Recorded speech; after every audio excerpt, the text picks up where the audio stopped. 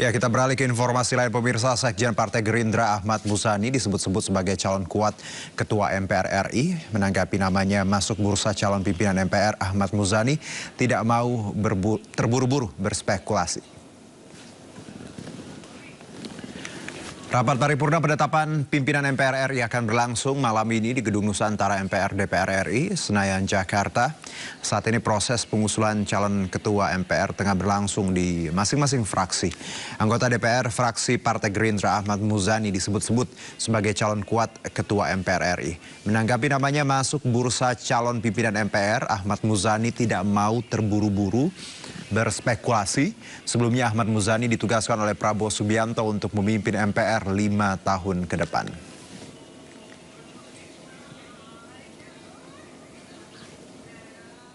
Lakukan rapat paripurna. Tunggulah nanti rapat paripurna itu, apakah di rapat konsultasi siapa namanya akan muncul. Saya tidak mau ngiki mongso, saya tidak mau terburu-buru. Siapa yang diusulkan oleh fraksi-fraksi untuk menjadi pimpinan termasuk ketua MPR. Tunggu karena semua proses sedang berjalan untuk memimpin lembaga yang terhormat ini. Tapi siap ya kalau nanti akan menjadi ketua MPR RI? Tunggu, semua sedang berproses sehingga semuanya berjalan sesuai dengan mekanisme yang berjalan.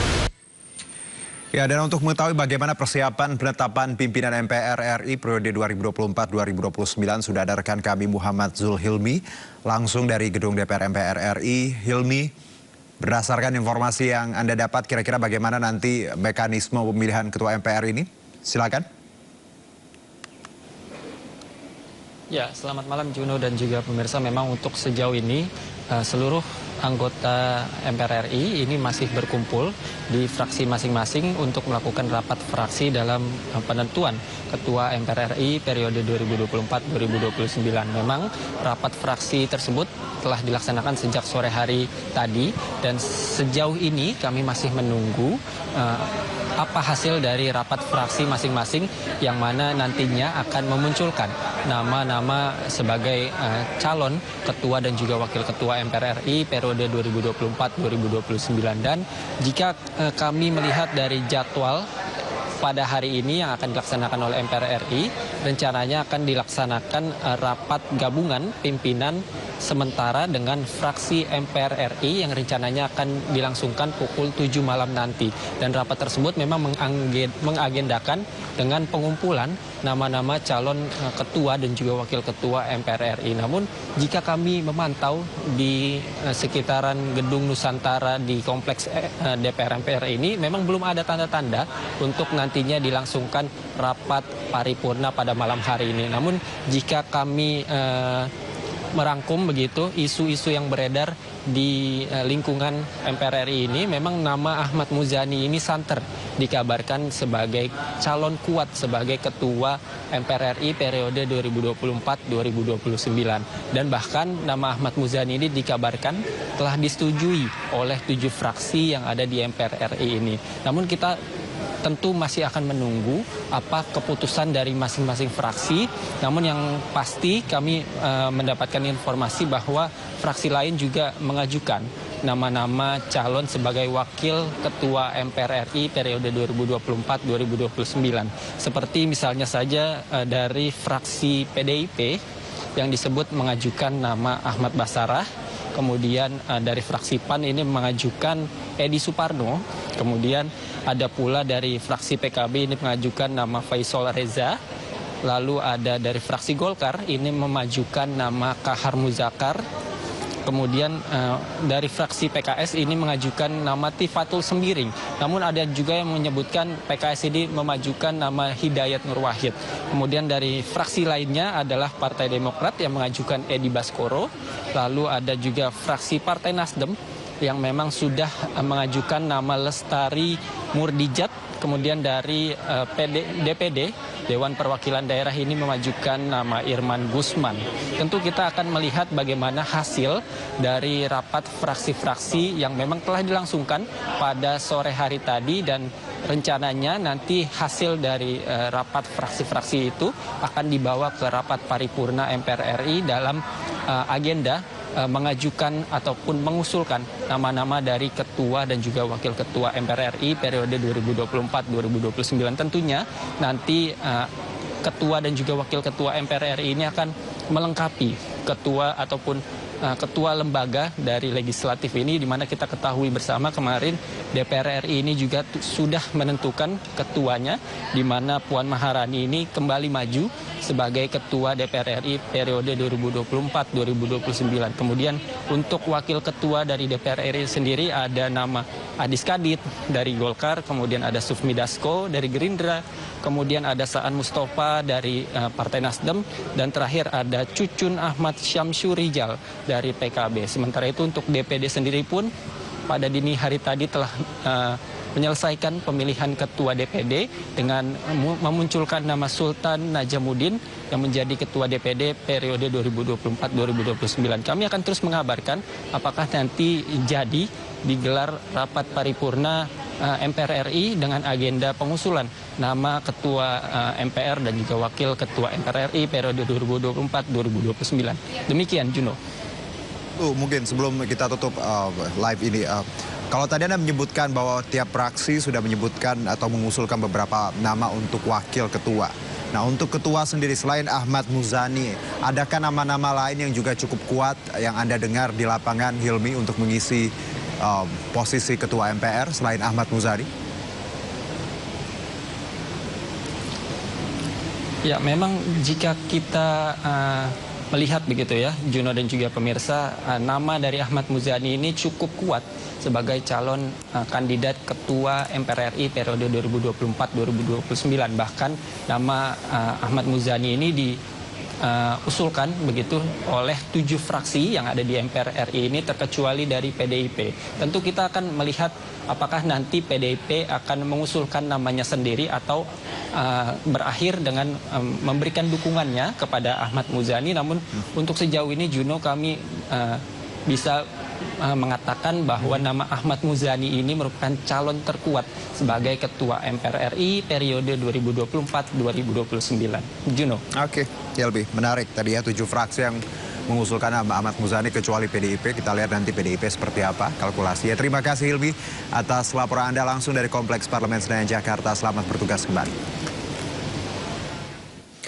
Sementara itu pemirsa, Dewan Perwakilan Daerah menggelar rapat paripurna pemilihan pimpinan DPD RI periode 2024-2029. Rapat sempat diwarnai interupsi, sementara itu Sultan Bahtiar Najamuddin terpilih sebagai Ketua Dewan Perwakilan Daerah periode 2024-2029.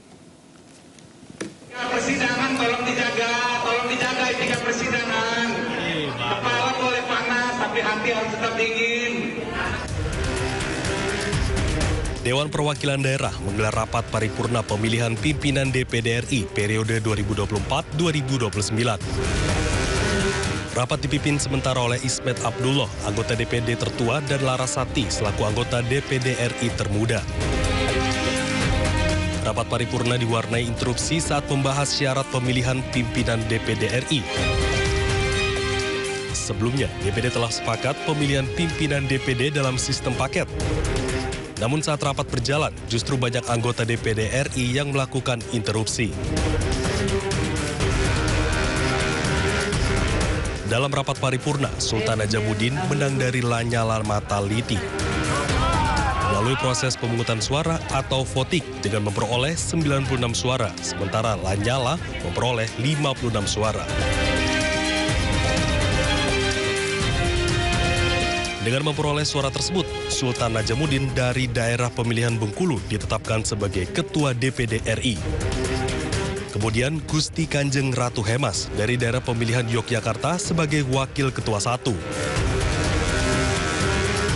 Yoris Raweyai dari daerah pemilihan Papua menjadi Wakil Ketua 2. Dan Tamsil Lindrung dari daerah pemilihan Sulawesi Selatan menjadi Wakil Ketua 3. Yang akan kami tawarkan dan akan kami lakukan adalah bagaimana memastikan agar lembaga DPD ini benar-benar menjadi lembaga yang dulunya diharapkan oleh masyarakat daerah. Lembaga perwakilan yang kuat, lembaga perwakilan masyarakat daerah yang memang pada akhirnya bisa menjawab permasalahan-permasalahan daerah. Total ada 148 yang hadir dari 152 anggota DPD RI yang dilantik untuk periode 2024-2029. Tim Liputan iNews melaporkan.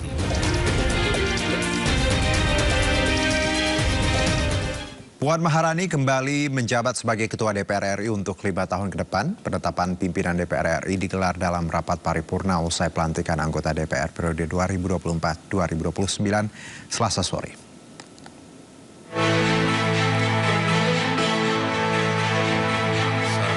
Puan Maharani kembali didapuk sebagai Ketua DPR periode 2024-2029. Ia menjadi Ketua DPR berdasarkan aturan baru di mana partai politik peraih suara terbanyak dalam pemilu berhak menempatkan kadernya sebagai Ketua DPR. Hal itu memuluskan Puan untuk kedua kalinya menempati kursi tertinggi di parlemen.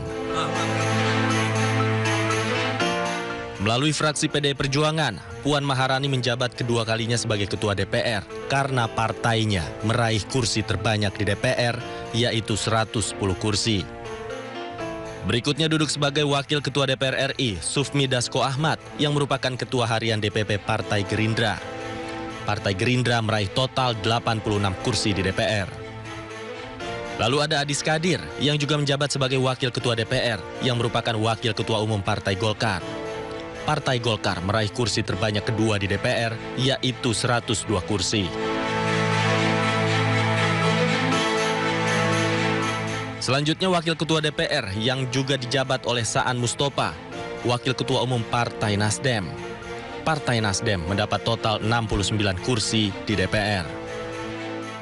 Dan terakhir ada Cucun Ahmad Syamsurijal, yang juga sebagai Wakil Ketua DPR dan merupakan Wakil Ketua Umum Dewan Tanfis PKB. Partai Kebangkitan Bangsa meraih total 68 kursi di DPR RI.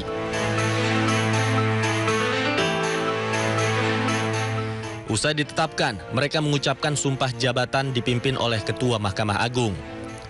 Dalam pidato pertamanya, Puan Maharani mengajak semua pihak untuk mengkritik dan memberi masukan pada DPR. Ia juga mengajak seluruh anggota DPR menjaga marwah DPR agar semakin dipercaya oleh rakyat. Hanya kita sendiri, anggota DPR RI, yang dapat menjaga kehormatan dan marwah lembaga DPR RI.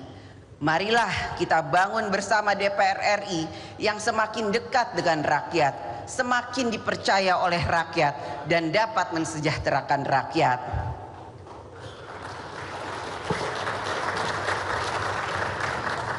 Pada kesempatan ini, atas nama seluruh anggota DPR RI, kami juga mengundang partisipasi dari seluruh komponen masyarakat, media massa, pers, kaum intelektual, akademisi, mahasiswa, LSM, ormas, dan lain sebagainya untuk ikut memberikan masukan, pandangan, dan kritik terhadap berbagai kebijakan negara yang akan diambil. Berdasarkan Undang-Undang MD3, kursi Ketua DPR diduduki fraksi dengan raihan kursi terbanyak di pemilu legislatif 2024, yaitu PD Perjuangan. Sementara wakilnya diisi 4 fraksi pemenang kedua, ketiga, keempat, dan kelima di pemilihan legislatif 2024. Dari Jakarta, Tim Liputan iNews melaporkan. Sejumlah momen menarik terjadi saat pelantikan anggota DPR, DPD, dan MPR RI. Interaksi hangat terjadi antara Ketua DPP PDI Perjuangan, Puan Maharani, dengan Presiden terpilih Prabowo Subianto. Di PLN mungkin belum setuju. Ketua DPP PDI Perjuangan, Puan Maharani, bersuah foto dengan Presiden terpilih Prabowo Subianto. Momen keakraban keduanya terjadi usai pelantikan anggota Dewan.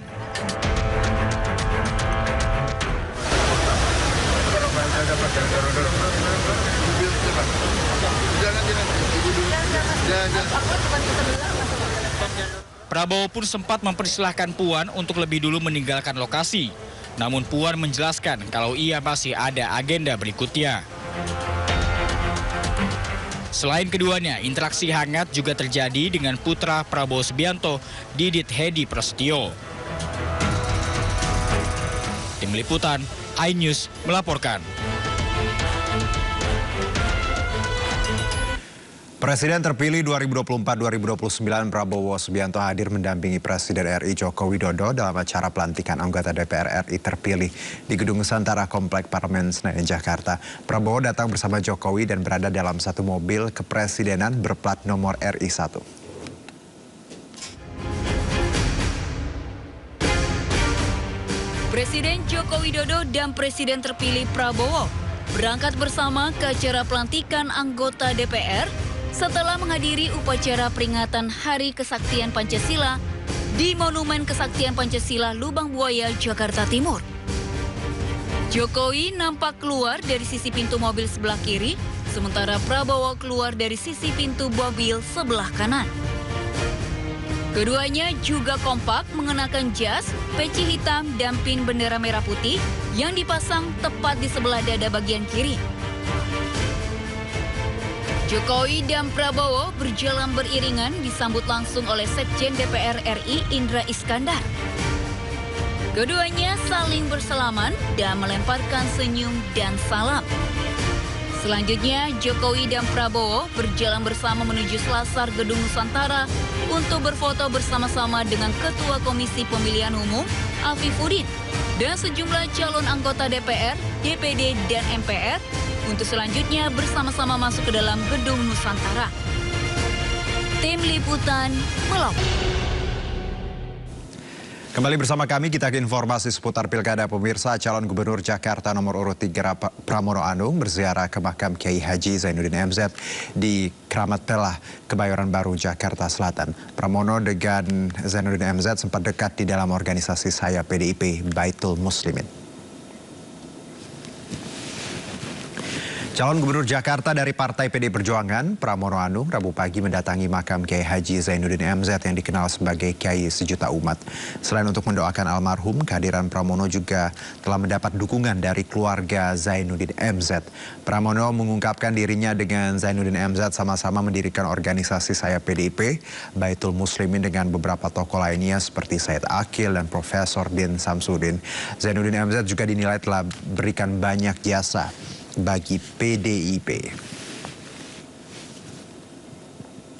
Mungkin sebulan 500. Ma, ini udah mulai nih. Ini yang dibilang kamu kalau nggak dijaga sama dia. Ya, sementara itu calon wakil gubernur nomor urut 3 Rano Karno berkampanye di kawasan Radio Dalam, Kebayoran Baru, Jakarta Selatan.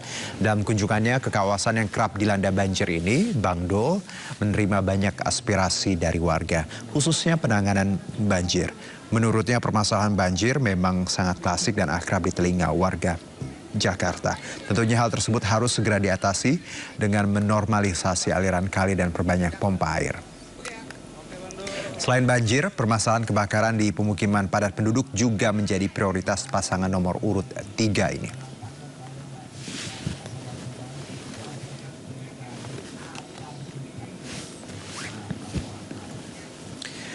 Calon gubernur Jakarta nomor urut 1 Ridwan Kamil Selasa malam bersilaturahmi ke kediaman tokoh Betawi Zainuddin atau yang akrab disapa Haji Oding. Ridwan Kamil berdiskusi terkait pelestarian budaya Betawi. Acara yang diadakan di daerah Pasar Minggu, Jakarta Selatan ini juga dihadiri perwakilan dari berbagai etnis di Jakarta. Dalam pertemuan ini Haji Oding menyampaikan pada Ridwan Kamil bahwa budaya merupakan akar bagi suatu bangsa. Ridwan Kamil menyatakan akan membentuk lembaga adat dan budaya Betawi. Pelestarian situs-situs hingga arsitektur khas Betawi juga akan menjadi perhatiannya.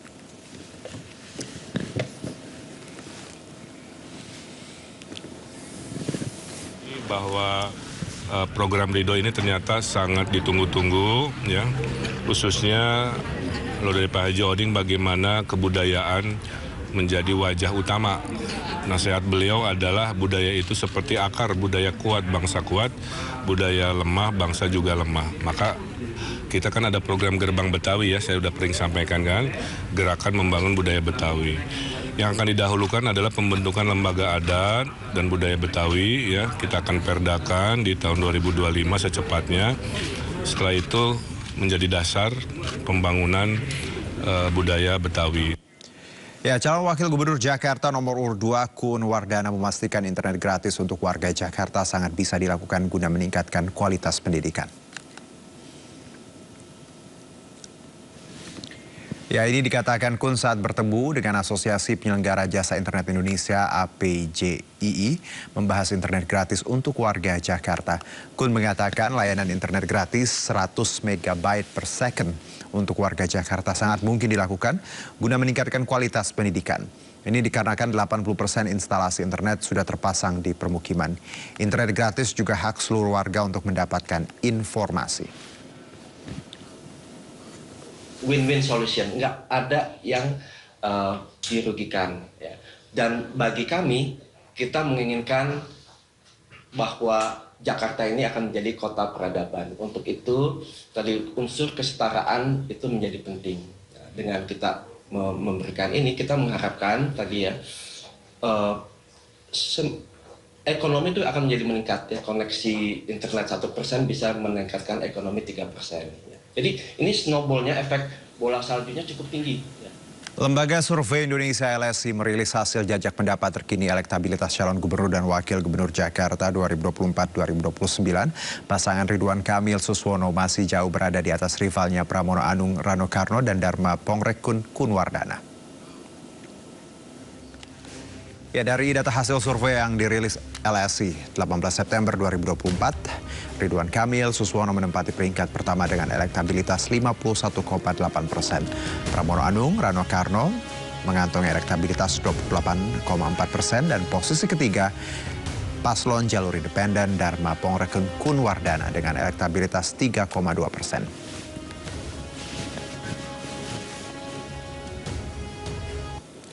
Selain itu, lembaga survei Poll Tracking Indonesia juga merilis hasil survei elektabilitas calon gubernur dan wakil gubernur Jakarta 2024-2029.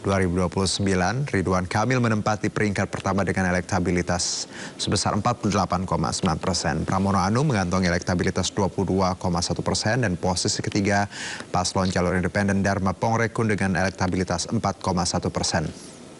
Sementara itu 24,9% responden menjawab tidak tahu.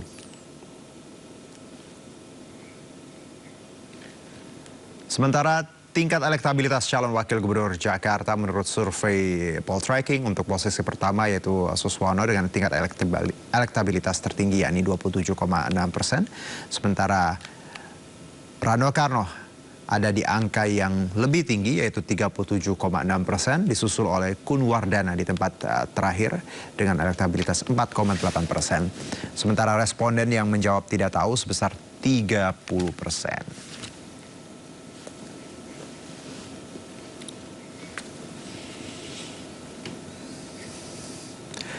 Memasuki masa kampanye Pilkada Jakarta 2024, sejumlah lembaga merilis hasil survei elektabilitas para kandidat. Lalu siapakah yang terkuat di antara Cagup-Cawagup Jakarta?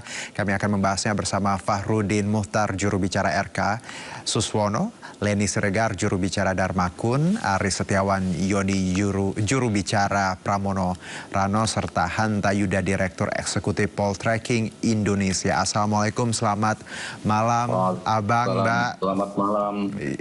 Ya, terima kasih ya sudah hadir bersama kami di Sindo Prime.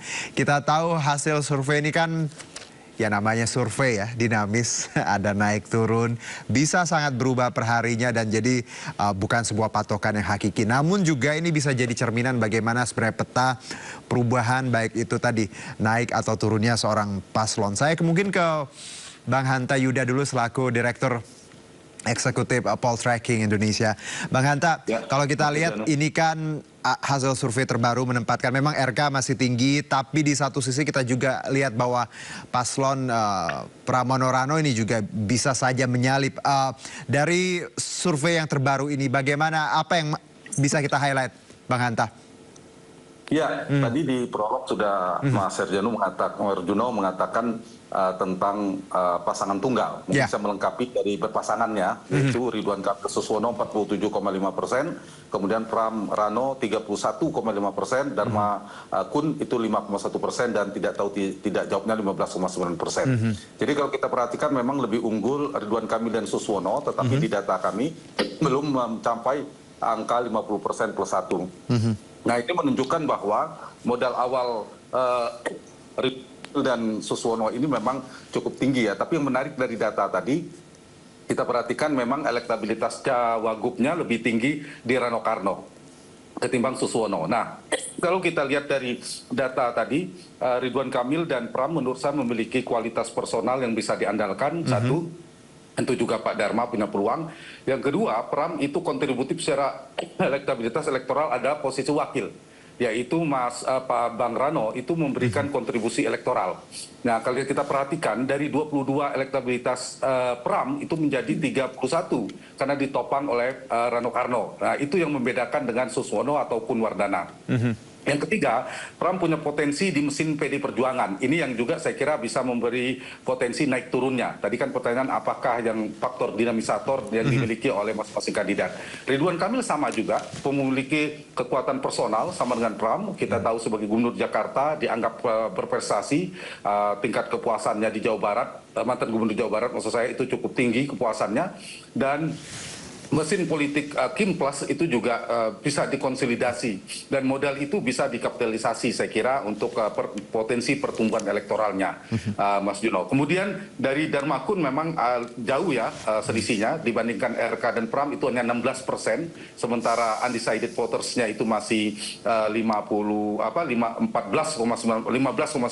juga sekitar 16%. Tapi di Jakarta ini swing voters, orang yang mungkin merubah pilihan tinggi, bahkan terbilang sangat tinggi, 42%. Dan pemilih rasionalnya juga tinggi, 48%.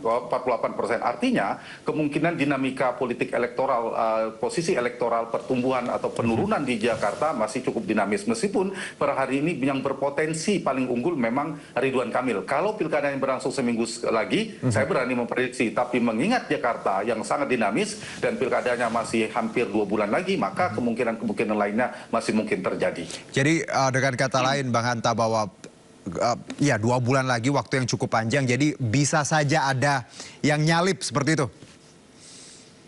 Ada potensi karena selisihnya misal asumsikan saja, misalnya Pram mengalami tren naik 8%, sementara Ridwan Kamil tren turun 8%, itu cross dari 16% tadi. Itu yang harus diperhatikan. Tapi saya mau menambahkan ya, Dharma Kun dari data kami juga potensi bisa ingin menyasar ketika kami tanya ke publik, apakah Anda lebih suka yang partai atau non partai? Itu yang partai 43,2%. Nah, ini yang harus disasar karena elektabilitasnya kan baru 5,1% di data kami. Ada 22% yang mengatakan lebih suka kepada pemilih di luar partai politik. Nah, harusnya itu disasar ya oleh tim Dharma Kun. Nah, faktor-faktor kinerja, faktor personal, faktor program dan sebagainya itu akan menjadi faktor yang akan membuat fluktuasi dinamika politik elektoral. Jakarta aja tuh Pak, Anies pun itu di survei 3 bulan sebelumnya masih nomor 3. Baru 2 bulan atau 1,5 bulan menjelang itu baru mendekati Pak Ahok. Kemudian nomor 2 di putaran pertama, di putaran kedua baru memenangkan pertarungan. Jadi Jakarta dinamis, hati-hati. Buat Ridwan Kamil ada peluang buat Pram untuk dinamika politik. Menarik tadi bahwa kinerja personal ini juga jadi pertimbangan, plus tadi swing votersnya tinggi, jadi bisa sangat berubah dalam waktu-waktu ke depan. Nah, saya mungkin ke Bang Fahrudin dari RK dulu. Bang, kalau kita lihat memang saat ini RK Sus memimpin, trennya juga bagus, tapi kalau lihat dinamikanya juga, bagaimana optimisme Anda dan juga tim melihat bahwa memang segala sesuatu mungkin, tapi kita tahu 2 bulan ini bisa saja banyak perubahan. Bang Fahrudin. Ya, boleh di-unmute terlebih dahulu, Bang. Nampaknya masih, ya. Baik. Silakan, Bang. Terima kasih. Ya, terima kasih, Bang Juno. Sebelumnya kami juga mau mengucapkan terima kasih kepada Bang Hanta dengan rilisnya survei beliau, sehingga juga bisa memotivasi kami. Pertama, memang perlu diketahui bahwa kami sejak awal begitu percaya diri, insya Allah akan leading, memimpin, sebab memang kami berangkat dari koalisi beberapa partai yang belasan partai yang bisa dikatakan kalau ibarat gerbong, lokomotif ini didorong oleh beberapa gerbong-gerbong di belakangnya yang semuanya besar. Dan perlu diketahui di dalam setiap gerbong ini ada orangnya, ada masanya, dan konstituen kita itu berangkat dari situ. Sehingga memang sejak awal kami yakin betul, insya Allah hasil surveinya juga akan menjadi tertinggi. Tetapi ini tidak membuat kami puas tentu saja, karena kami merasa bahwa seperti yang disampaikan tadi Pak Manta, Jakarta ini sangat dinamis, sehingga pemilih-pemilih rasional juga tentu menjadi sasaran kami dengan program-program yang sangat realistis, sangat masuk akal, dan sesuai dengan apa yang menjadi kebutuhan di Jakarta.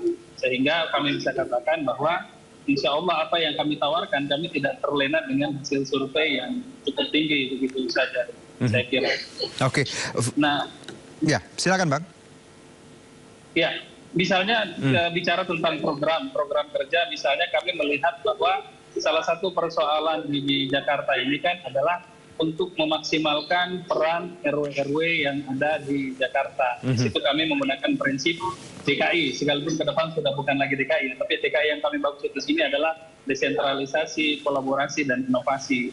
Desentralisasinya akhirnya maksudnya bahwa kita membuat pemberdayaan semua di tingkat RW, yakni selain operasional yang mereka miliki biasanya, maka kami juga memberikan 200 juta per RW. Artinya dalam 5 tahun bisa dikatakan 1 miliar per RW, dan kolaborasinya di mana? Karena dari segi peruntukan dana tersebut itu mereka sendiri yang akan menentukan. Sebab mereka yang memahami kondisinya sendiri. Contoh misalnya dari sekitar 2.700 RW di Jakarta, 450 diantaranya termasuk kategori kumuh. Tentu misalnya mereka akan prioritas menyelesaikan kekumuhannya dan seterusnya. Sehingga kami melihat ini tepat langsung ke sasaran, yakni masyarakat-masyarakat, tidak terpusat misalnya di balai kota yang kemudian diseluruhkan ke bawah, tetapi langsung memang pada RW masing-masing. Inovasinya juga adalah yakni pelibatan mereka langsung dengan masyarakat Baik, Bang Farudin, kalau Anda melihat juga tren positif yang diraih oleh pasangan Pramono Rano yang juga cukup banyak naiknya dan diprediksi banyak pihak juga akan terus meningkat surveinya. Bagaimana tim RK melihat ada kemungkinan-kemungkinan lain ke depannya? Iya, kalau saya pribadi artinya saya memang melihat kalau misalnya dibandingkan survei poll tracking dengan LSI, tadi sempat disebutkan juga, bagi saya poll tracking memang mengeluarkan rilis survei yang lebih baru dibandingkan dengan LSI. Betul. Tetapi ini dua lembaga survei yang berbeda, sehingga bagi saya pribadi ini keduanya tidak bisa dihubungkan sebagai tren. Bisa dipastikan misalnya poll tracking ketika akan merilis data selanjutnya itu tidak akan mungkin memasukkan LSI sebagai variabelnya. Demikian juga LSI ketika mengeluarkan rilis tidak akan memasukkan poll tracking sebagai variabelnya. Sehingga bicara konteks tren, nanti yang apple to apple adalah poll tracking dengan data poll tracking yang terbaru. Demikian juga nanti LSI dengan LSI terbaru. Sehingga bahwa poll tracking itu terupdate, ya benar. Tetapi bahwa itu menggambarkan tren dengan mengukur LSI sebelumnya, saya pikir itu kurang fair untuk dibandingkan dan dikatakan sebagai tren. Menarik Bang Farudin. Bang Aris senyum-senyum nanti ya Bangnya, tahan dulu saya ke Mbak Leni dulu, Darmakun ya sesuai nomor urut. Mbak Leni, kalau kita lihat ini Darmakun juga memang walaupun angkanya masih rendah, tapi banyak sekali kemungkinan-kemungkinan lain termasuk swing voters dan orang-orang yang mungkin sudah jengah dengan parpol. Dan saya juga melihat bagaimana sebenarnya tren di netizen ya, sosial media, Darmakun juga menjadi banyak perbincangan dan ini modal yang baik. Kalau Anda melihat bahwa walaupun angkanya masih rendah, bagaimana Anda dan tim ya, ada upaya apa untuk meningkatkan elektabilitas agar nanti Darmakun juga tidak dicap sebagai boneka sebenarnya? Iya, baik Mas, terima kasih. Jadi kami sebenarnya hanya konsentrasi bekerja untuk warga. Baik. Kami betul-betul ingin meraih hati warga DKI atau DKJ ini dengan mendatangi langsung mereka di kediaman-kediaman mereka, kemudian di tempat-tempat usaha mereka, kemudian juga di jalan gitu ya. Berbagai upaya kami betul-betul berusaha untuk mendekati mereka, kami yang menghampiri mereka. Itu upaya kami. Jadi ya seperti tadi sore yang dilakukan oleh Bapak Dharma Pongrekun adalah belusukan ke Pasar Gembrong. Jadi di sini memang terlihat sekali antusiasme masyarakat bagaimana mereka itu merasa dihargai dengan didatangi langsung ke rumah-rumah mereka, begitu surprise ya, begitu sangat kaget gitu ya mereka ketika kami mendatangi mereka beserta tim-tim relawan kami, dan juga kami banyak menampung keluhan-keluhan mereka, istilahnya belanja masalah ya. Jadi itu semua akan menutupi segala macam survei yang ada sekarang ini. Jadi kalau kami sejujurnya kami sudah beberapa kali ya diungkapkan oleh Ibu Siti Fadila Supari, kemudian juga oleh Master Alma ya, kami tidak begitu terkonsentrasi di survei gitu, karena kami melihat kenyataan di lapangan itu betapa besar respon mereka terhadap kami, terhadap kedatangan kami, dan itu tentunya menjadi bonding ya antara cagup atau cawagup dengan warga masyarakat. Disitulah realita yang sesungguhnya gitu. Baik. Realita yang sesungguhnya dari warga masyarakat itu mungkin jadi secara random juga bisa menggambarkan hasil survei yang sesungguhnya gitu loh Mas.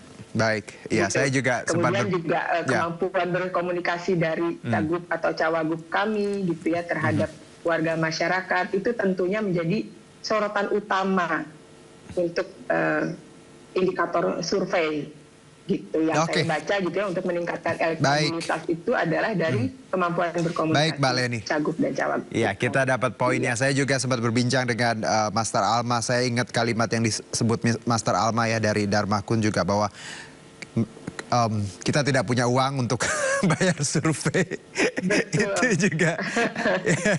Jadi makanya warga masyarakat itu akan merasakan ketulusan ya, bukan dari materi yang kita bawa terhadap mereka. Baik Mbak Leni, saya ke Bang Aris dulu ya. Bang Aris, nanti saya kembali lagi ke Mbak Leni dan juga Bang Farudin. Bang Aris, kalau kita lihat Pramono Rano ini selalu di dua LSI ini dan juga poltreking ini berada di peringkat kedua hasil survei ini tentunya belum maksimal. Bagaimana tim dan Anda melihat ke depannya untuk menggenjot biar bisa menyalip, siapa tahu?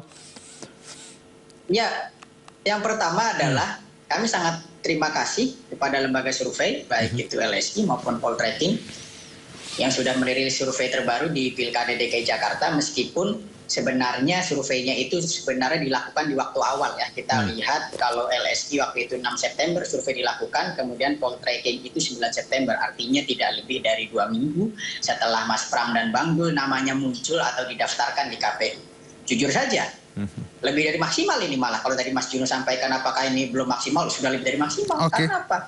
Karena ekspektasi kita tidak setinggi sambutan masyarakat yang luar biasa terhadap Mas Pram dan Bang Dul. Bayangkan, nama Mas Pram belum pernah muncul satu kali pun dalam berbagai lembaga survei sebelumnya, tetapi saat disurvei untuk pertama kalinya langsung naik 28%. Kemudian selisih 3 hari menjadi 31%. Artinya apa? Selisih 3 hari. Kita kalau misal mau hitung-hitungan kasar bisa saja kita sampaikan bahwa ada penurunan elektabilitas 1% setiap harinya dari pasangan nomor urut 1, misalnya seperti itu. Jadi ini masih ada kurang lebih 50 hari lagi ya bisa turun terus itu, seperti itu kan kita bisa sampaikan seperti itu. Atau seperti ini. Tadi Mas Hanta Yuda sangat luar biasa menjelaskan bahwa gap 16% dari 47 ke 31 itu jangan dilihat 16%. Tetapi 8% itu karena ketika kita naik 8%, otomatis ada yang turun 8%. Nah, kita asumsikan misalnya Pak Ridwan Kamil yang turun 8%, ini kan artinya hanya sekitar 8% saja selisihnya. Kita harus mempush 8%. Itu pun belum dihitung kalau ada margin of error. Misalnya taruhlah margin of error 2 ya, kita anggap misalnya margin of errornya 2, Mas Pram Bang Dul lebih tinggi dari yang disurvei, artinya kan selisihnya hanya sebenarnya 6%. Dan ditambah undecided voters. Kalau kita melihat bagaimana sambutan luar biasa masyarakat dari Mas Pram dan Bang Dul dan setiap harinya terjun tidak kurang dari 7 titik setiap harinya, ini saya yakin bukan mungkin saja tetapi hampir insya Allah ini elektabilitasnya akan melampaui elektabilitas Kang Emil dan Mas Sus. Berarti Bang Aris dengan kata lain Anda mengatakan bahwa RK wajar kalau cukup tinggi karena sudah digaungkan jauh-jauh hari, sementara Pramono yang baru beberapa waktu lalu disebut dan dicalonkan langsung naiknya cepat, seperti itu kira-kira ya Bang Aris ya? Betul, gini. Betul sekali. Nah, tetapi seperti ini ada catatan yang sebenarnya harus diperhatikan bahwa dalam metodologi survei nanti mungkin bisa di cross check atau bisa diklarifikasi lagi dan dijelaskan oleh Mas Hanta Yuda bahwa yang paling ditunggu dan dinantikan ketika elektabilitas itu adalah tren. Ya, kalau trennya kita di atas, paling atas, kemudian trennya yang ada turun, nah ini yang membuat deg-degan. Karena ini terjadi Pak. Di Pilkada 2012, di Pilkada 2017, justru calon yang paling tinggi elektabilitasnya saat survei 3 bulan sebelumnya, 2 bulan sebelumnya, justru yang selalu kalah. Dan calonnya ini sekarang angka-angkanya sudah mirip, trennya juga sudah mirip. Maka insya Allah hasil survei poltreking, hasil survei LSI membuat tim semakin bergairah. Apalagi program-program Mas Pram Bang Dul ini sangat sesuai dengan apa yang menjadi keluhan keluhan masyarakat. Misalnya, masyarakat membutuhkan lapangan pekerjaan. Mas Pram dan Bang Dul berkomitmen untuk menciptakan misalnya job fair setiap 3 bulan sekali di setiap kecamatan.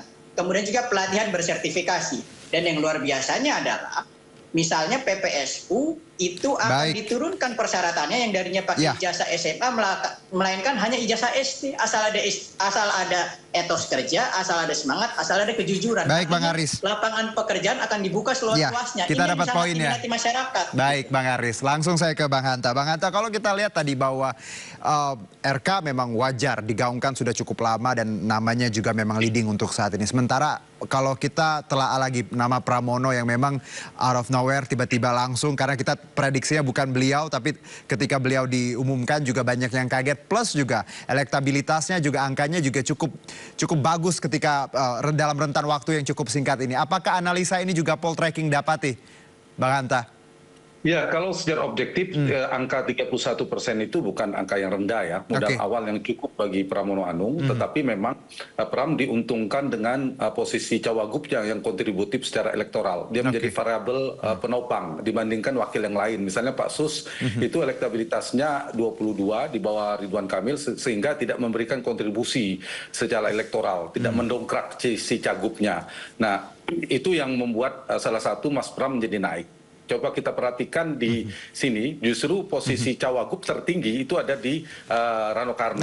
Nah, Rano Karno 37%, Pramnya 22 ketika dipasangkan menjadi 31%. Itu mungkin bisa menjadi variabel. Yang kedua, memang betul Pram relatif, Mas Pram itu terbilang terlambat karena menjelang pendaftaran dibandingkan Ridwan Kamil. Meskipun data ini menunjukkan bahwa ini berpotensi buat siapapun. Angka 15,9% ini atau yang mungkin masing-masing masih punya swing votersnya di dalam pilihan itu, baik Mas Pram itu berpotensi untuk mendekat dengan Ridwan Kamil untuk kompetitif secara elektoral, melihat trennya, karena survei poltreking baru sekali di masa-masa kampanye ini, insya Allah kita lakukan setiap bulan, kita lihat tren selanjutnya.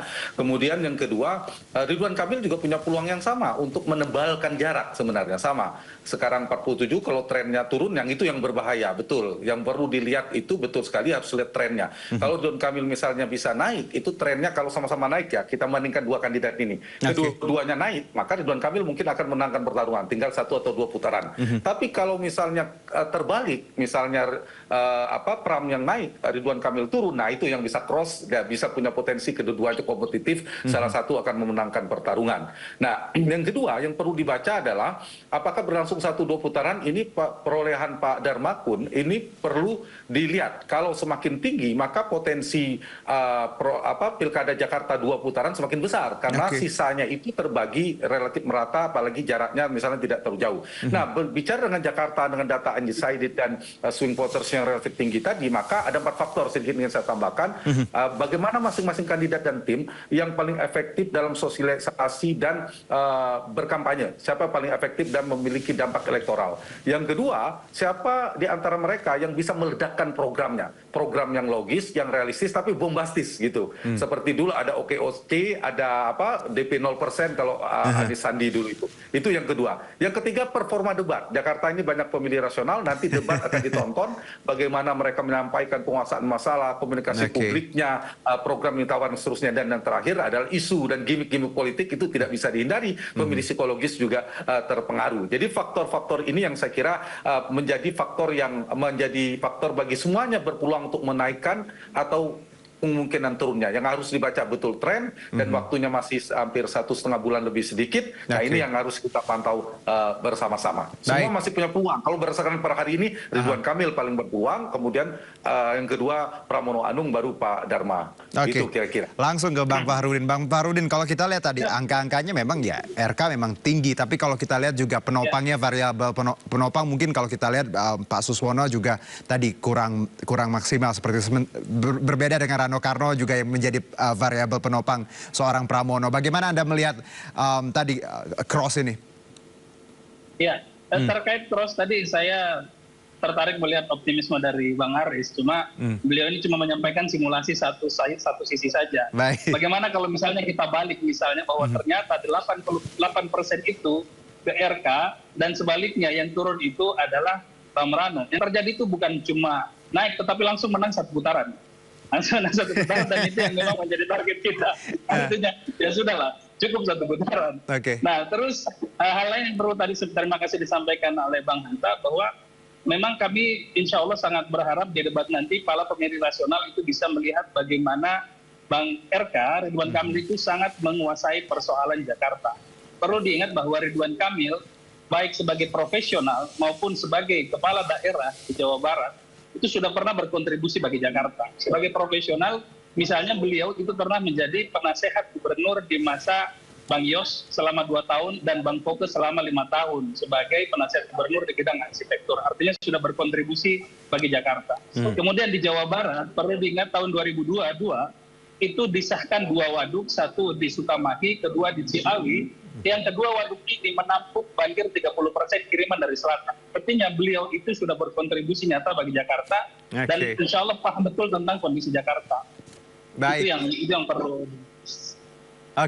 Baik, saya ke Mbak Leni. Sebelum saya ke Bang Aris, Mbak Leni, kalau kita lihat masing-masing pasangan ini kan sangat percaya diri dan tentunya dengan program kerja masing-masing. Kalau Anda tadi menyebutkan di awal Mbak Leni bahwa kemampuan komunikasi, belusukan yang dimiliki Dharma Kun ini juga menjadi poin penting. Tapi hal-hal ini kan juga dimiliki oleh 2 pasang lain. Tapi kita jeda dulu ya, Mbak Leni nanti dijawab setelah break dan pemirsa tetap bersama kami di Sindo Prime. Ya, berebut ke Balai Kota, masih dari kawasan Anyus Tower kami bersiaran dan kita masih berbincang dengan ketiga juru bicara dari masing-masing paslon Pilkada DKI dan juga tentunya dari Poltreking ada Bang Hanta. Saya tadi sebelum break ya, saya sempat bertanya ke Mbak Leni selaku jubir dari Dharma Kun bahwa ketika Anda menyebutkan di awal Mbak bahwa kekuatan Dharma Kun tadi belusukan walaupun di atas survei bahwa tadi memang angkanya kecil, namun Anda yakin dengan belusukan, komunikasi yang baik ke grassroots itu penting sekali untuk membangun tadi citra Dharma Kun dan juga menjadi pilihan dari warga Jakarta. Plus juga disebutkan dalam survei tadi bersama Bang Hanta bahwa swing voter and undecided voter ya mereka ini kan cukup tinggi dan bisa merubah peta nanti apakah pilkada akan 1 atau 2 putaran. Dan harusnya Dharma Kun memanfaatkan poin ini. Lalu bagaimana Anda melihat bahwa sebenarnya langkah yang akan Anda ambil dan teman-teman dari Dharma Kun, karena kalau Dharma Kun angkanya tinggi juga pasti akan membuat 2 paslon juga akan tidak gampang menyerah juga. Bagaimana Mbak Leni? Iya. Ya kita bisa melihat ya betapa dinamisnya angka survei itu sehingga sekarang pun sudah merangkak naik kan survei-survei di baik di LSI atau Poltreking, kemudian juga survei media sosial juga bahkan kami menemukan ada survei 41% tuh di media sosial Mas. Nah jadi ini juga terkait dengan rekam jejak dari paslon kami ya dari cagup dan cawagupnya.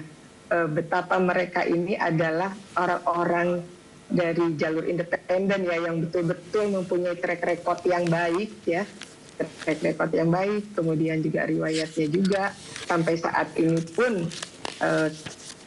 kita bisa lihat tidak ada citra negatif yang melekat kepada diri mereka gitu, baik Bang Dharma maupun juga Mas Kun. Ya kita tahu bahwa di Polri juga Bang Dharma ini pernah di Dirtipidum Bareskrim Polri, kemudian Dirti Narkoba Bareskrim Polri, kemudian juga sempat di BSSN sebagai Wakil Kepala Badan Cyber dan Sandi Negara. Ya, kemudian itu pangkat beliau pun sampai terakhir pensiun itu di bintang 3. Baik. Ya, bintang 3 itu tidak mudah. Kemudian untuk Mas Kun juga kita tahu bahwa beliau seorang akademisi, kemudian juga sekarang menjadi ketua asosiasi kerja se-Asia Pasifik. Nah, ini bukan prestasi yang mudah tentunya. Ini juga akan menaikkan elektabilitas mereka gitu.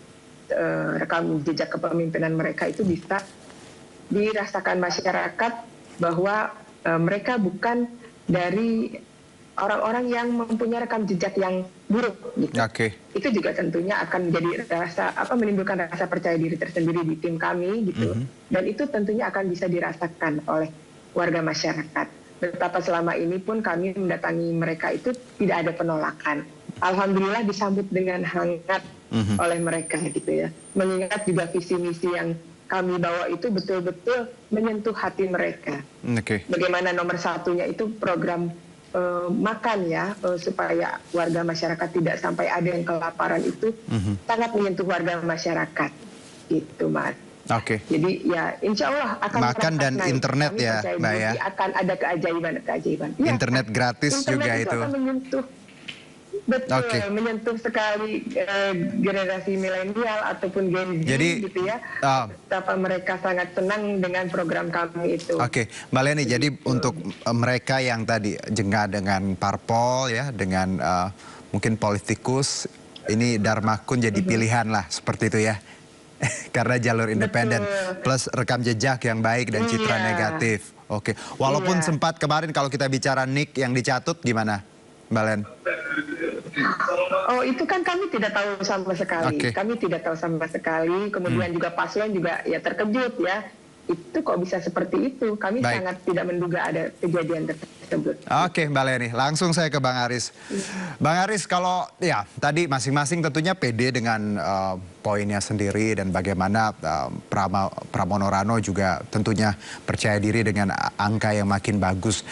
Satu mungkin ya sebelum kita tutup diskusi ini, ada hal lain yang ingin disampaikan. Seberapa optimis Anda melihat bahwa Pramono Rano makin kuat, makin bisa ya tadi mungkin saja 2 putaran atau 1 putaran. Silakan Bang Aris.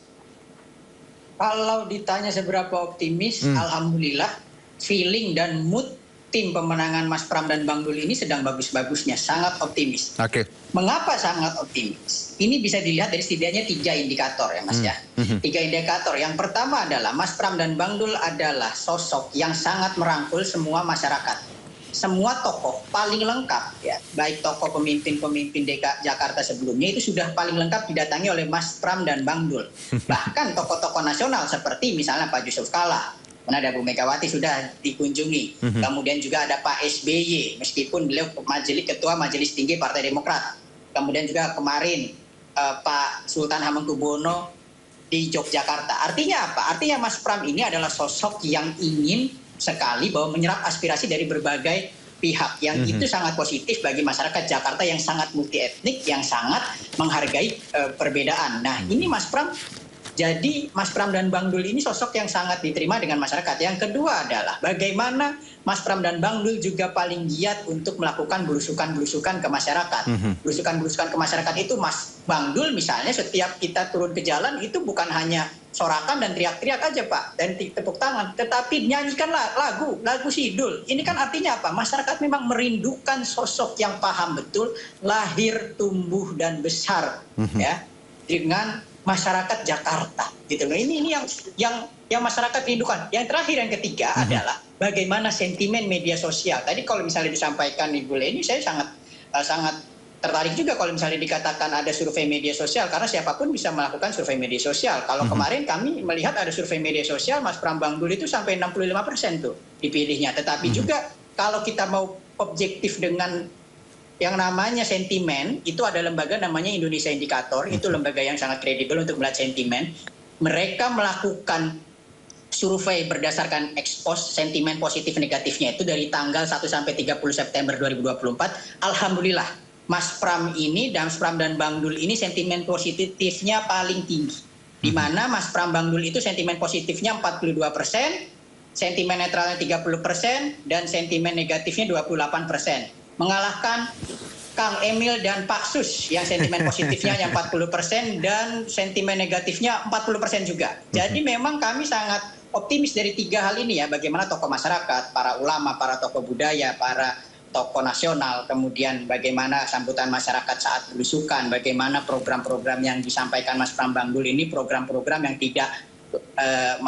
yang tidak mengawang-awang, yang masuk akal dan dibutuhkan masyarakat seperti sekolah gratis baik dari SD sampai kuliah swasta dan negeri, kemudian juga transportasi gratis untuk 15 golongan misalnya, kemudian bagaimana PPSU itu akan diturunkan persyaratannya sehingga nanti masyarakat banyak sekali yang akan mendapatkan pekerjaan di tengah sulitnya mencari pekerjaan saat ini. Hingga yang ketiga itu yaitu sentimen di media sosial. Jangan salah Pak. Revolusi atau hal-hal yang terjadi di dunia ini berawal dari media sosial. Kalau di dunia media sosial sentimen Mas Prambanggul sudah positif, Baik Bang Aris, insya Allah kita yakin 27 November Mas Prambanggul satu putaran. Ya, langsung saya ke Bang Fahrudin ya. Jangan senyum-senyum kalau tadi satu putaran Bang. Itu yakin. Kalau Bang Fahrudin gimana nih? Silakan closing statement. Jadi Bang Juno, saya mewakili teman-teman tim Ridho, kita optimis benar. Kenapa? Karena setidaknya ada 4 strategi yang kami gunakan untuk mengkampanyekan program-program yang tadi diantaranya saya sebutkan. Yang pertama, paling jelas adalah belusukan. Kenapa belusukan ini menjadi prioritas? Sebab sebuah gagasan untuk membangun Jakarta itu bukan hanya membutuhkan inspirasi dari pemimpinnya, tetapi juga aspirasi dari bawah. Nah, bahkan Ridwan Kamil, Pak Susono pada beberapa kesempatan menekankan minimal sekali 50-50%. Bahkan rencananya 70% dari serapan aspirasi masyarakat, kemudian 30% dari beliau berdua. Kemudian yang kedua adalah mengunjungi tokoh-tokoh. Tokoh-tokoh yang dikunjungin ini bukan hanya tokoh-tokoh yang memahami Jakarta, bukan hanya yang mengenali budaya, tetapi juga tokoh-tokoh agama. Setidaknya ada 2 jas yang pernah beliau sebutkan. Pertama, jas merah, jangan sekali-kali melupakan sejarah. Yang kedua, jas hijau, jangan hilangkan jasa ulama. Ridwan Kamil sendiri adalah orang yang merupakan cucu ulama di Jawa Barat. Kemudian yang ketiga, yang dilakukan tentu saja adalah event-event. Event-event ini juga bagian dari kampanye. Kampanye bukan hanya bersifat intelektual, tetapi juga entertainment. Perlu diingat bahwa Bang Ridwan Kamil ini adalah orang yang sangat disayangi emak-emak. Jadi emak-emak kalau ketemu Bang Erga itu bawaannya gemes saja gitu. Jadi insya Allah dengan emak-emak ya Bang Ridwan Kamil ya kita tahu sendirilah the power of emak-emak itu di Jakarta dan bahkan di seluruh belahan dunia. Dan yang terakhir tentu saja adalah sosial media. Mudah-mudahan dibandingkan dengan para kandidat lain, baik gubernur maupun wakil gubernurnya, Ridwan Kamil sampai saat ini masih orang yang paling populer di media sosial dengan miliaran followernya yang paling banyak dibandingkan dengan yang lain. Sehingga satu kesimpulan terakhir dari kami, kalau boleh kami sampaikan dalam bentuk pantun, RK Susono membeli baju dipakai ke Pagelaran. Jakarta baru, Jakarta maju, insya Allah satu putaran. Menarik. Mas, satu hal yang harus kita ingat semua ya, bahwa paslon dari jalur independen ini adalah sejarah karena satu-satunya paslon yang lolos dari jalur independen. Itu sudah ada 2012 Bu, mohon maaf. Kalau independen itu ada 3 calon 2012. Calon gubernur itu sekarang sejarah. itu ya satu-satunya. Satu-satunya calon 2012 sudah ada. Dan wakil gubernur dari jalur independen di Indonesia, dan ini patut kita apresiasi dan masyarakat begitu menyambut hangat kami sebagai petugas rakyat, petugas partai. Mbak Leni juga punya the power emak-emak juga ya? Oh iya tentu. Baik, terima kasih Mbak Leni. Terakhir saya ke Bang Hanta. Bang Hanta, kalau kita lihat kepercayaan diri ini bagus. Semuanya punya semangat yang sama bahwa angka bisa berubah dan kita tahu tiap hari sangat dinamis dan rentan waktunya juga cukup panjang ya, 2 bulan untuk merubah atau membolak-balikan hati warga Jakarta, netizen Jakarta, plus juga ya terkait bagaimana sebenarnya tadi dinamika yang belum kita lewati termasuk debat nanti hari Minggu 6 Oktober. Apa yang harus bisa dilakukan untuk ketiga tim ini agar mereka juga mempunyai hasil yang maksimal menurut Anda sebagai pejabat juga? Seperti apa? Satu harus tepat mendeteksi yang ingin disasar, yaitu di mana undecided voters itu, di mana yang masih swing itu. Jadi tepat sasaran. Jadi jangan sampai bersosialisasi di basis lawan yang sudah sangat kuat. Itu sulit, tidak ada gunanya. Kemudian juga untuk apa menggarami yang sudah kuat. Itu yang harus dilakukan. Yang kedua adalah pemilih itu ada pemilih rasional, ada pemilih psikologis, ada pemilih sosiologis. Pendekatannya harus disesuaikan. Kalau pemilih rasional, gunakan dengan isu-isu rasional. Kalau psikologis, gunakan isu psikologis. Yang terakhir, jangan lupa debat. Ini Jakarta sangat rasional. Medianya luar biasa, pergerakan media sosialnya juga detik per detik, bahkan karena itu performa debat penting. Debat itu belum tentu bisa menaikkan elektabilitas, agak sulit, tapi merontokkan, menurunkan mudah kalau ada blunder politik di dalam debat-debat nanti. Jadi harus berhati-hati. Bang Hanta, Mbak Leni dan juga Bang Farudin, Bang Aris, terima kasih. Tapi sebelumnya izinkan saya pantun, boleh? Boleh jawab cakep ya? Oke ya. Tahun pilkada, tahun politik. Cakep. Oke. Semuanya punya cerita. Cakep. 1, 2, 3 nomor yang cantik. Semoga warga Jakarta makin sejahtera. Terima kasih semuanya. Good luck ya. Good luck untuk ketiga pasangan. Dari saya warga Jakarta dan semua yang menyaksikan. Terima kasih. Wassalam. Kembali bersama kami di Sindo Prime, pemirsa. Presiden Joko Widodo meresmikan bendungan TMF di Nusa Tenggara Timur yang dibangun dengan biaya mencapai 2,7 triliun rupiah. Selain bendungan, Presiden juga meresmikan pembangunan dan perbaikan 27 ruas jalan yang menelan anggaran 737 miliar rupiah. Presiden Joko Widodo meresmikan bendungan TMF di Nusa Tenggara Timur yang dibangun dengan menelan biaya mencapai 2,7 triliun rupiah. Di mana bendungan TMF ini dibangun sejak tahun 2017. Bendungan yang memiliki luas genangan 298 hektar dan mampu menampung air 45 juta meter kubik ini akan sangat bermanfaat bagi petani. Selain itu, bendungan TMF juga berfungsi untuk mengurangi banjir. Fungsi bendungan TMF ini dinilai sangat besar bagi petani untuk menanam komoditas padi, jagung ketela, dan lain-lainnya yang bisa digunakan untuk mengairi sawah kurang lebih 4.500 hektar. Selain meresmikan bendungan TMF di Nusa Tenggara Timur, Presiden Jokowi juga meresmikan pembangunan dan perbaikan 27 ruas jalan yang merupakan bagian dari instruksi Presiden Jalan Daerah atau IJD yang menelan anggaran sebesar 737 miliar rupiah. Menurut Presiden, pembangunan dan perbaikan infrastruktur jalan ini memiliki peran yang sangat penting untuk meningkatkan mobilitas barang dan orang hingga mempercepat pengiriman logistik. Dan juga ini merupakan usaha kita untuk pemerataan pembangunan hingga sampai di perbatasan.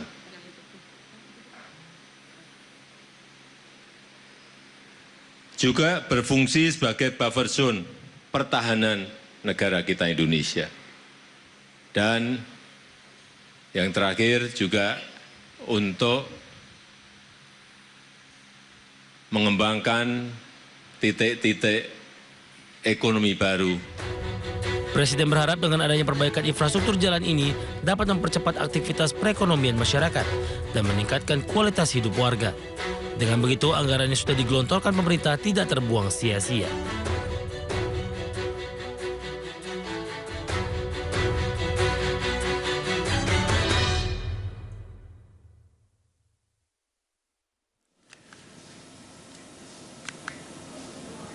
Kementerian Perhubungan memastikan skema tarif KRL berbasis nomor induk kependudukan batal diterapkan di tahun 2025. Kebijakan yang menuai pro kontra ini merupakan bagian dari upaya DJKA dalam melakukan penyesuaian tarif KRL Jabodetabek dengan subsidi yang lebih tepat sasaran. Kementerian Perhubungan memastikan skema tarif KRL berbasis nomor induk kependudukan atau NIK batal diterapkan di tahun 2025. Direktur Jenderal Perkeretaapian Kemenhub Rizal Wasal menegaskan, sampai saat ini belum ada perubahan soal pengurangan anggaran subsidi KRL untuk tahun 2025. Rizal mengatakan rencana kenaikan tiket KRL berbasis NIK masih dikaji. Meski demikian, pihaknya memastikan sampai dengan tahun depan, kebijakan tersebut tak akan diterapkan. Belum, ini nggak nyambung pertanyaan kita nih. Artinya antara NIK dengan kenaikan tarif beda lagi nih. Artinya NIK itu kita siapkan bagaimana ke depan itu untuk mempermudah layanan ke depan itu. Tapi itu masih kita kaji. Berarti belum tahun depan ya Pak? Belum. Seperti diketahui, rencana penerapan KRL berbasis NIK merupakan bagian dari upaya DJKA dalam melakukan penyesuaian tarif KRL Jabodetabek dengan subsidi yang lebih tepat sasaran. Rencana tersebut menuai pro dan kontra di publik. Sebagian menganggap hal ini seharusnya tak perlu dilakukan karena KRL menjadi salah satu moda transportasi umum yang memang selayaknya harus lebih murah.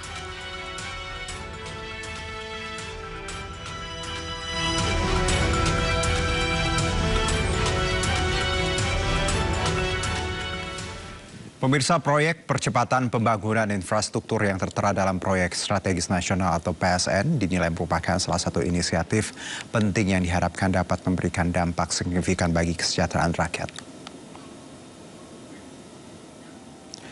Fokus pada pembangunan infrastruktur yang berkualitas, PSN berpotensi menciptakan inovasi dan kreativitas yang akan mengubah wajah masyarakat, di mana menurut anggota DPR RI Herman Khairon menilai pembangunan infrastruktur yang merata akan menciptakan lapangan kerja baru. Selain itu, pembangunan jalan, jembatan, dan fasilitas publik lainnya juga bisa menyerap ribuan tenaga kerja untuk tentu saja hal ini tidak hanya mengurangi angka pengangguran, tetapi juga meningkatkan pendapatan masyarakat lokal. Di sisi lain, infrastruktur yang memadai memungkinkan masyarakat untuk menjangkau fasilitas penting dengan lebih mudah, dapat mendorong perekonomian di setiap daerah.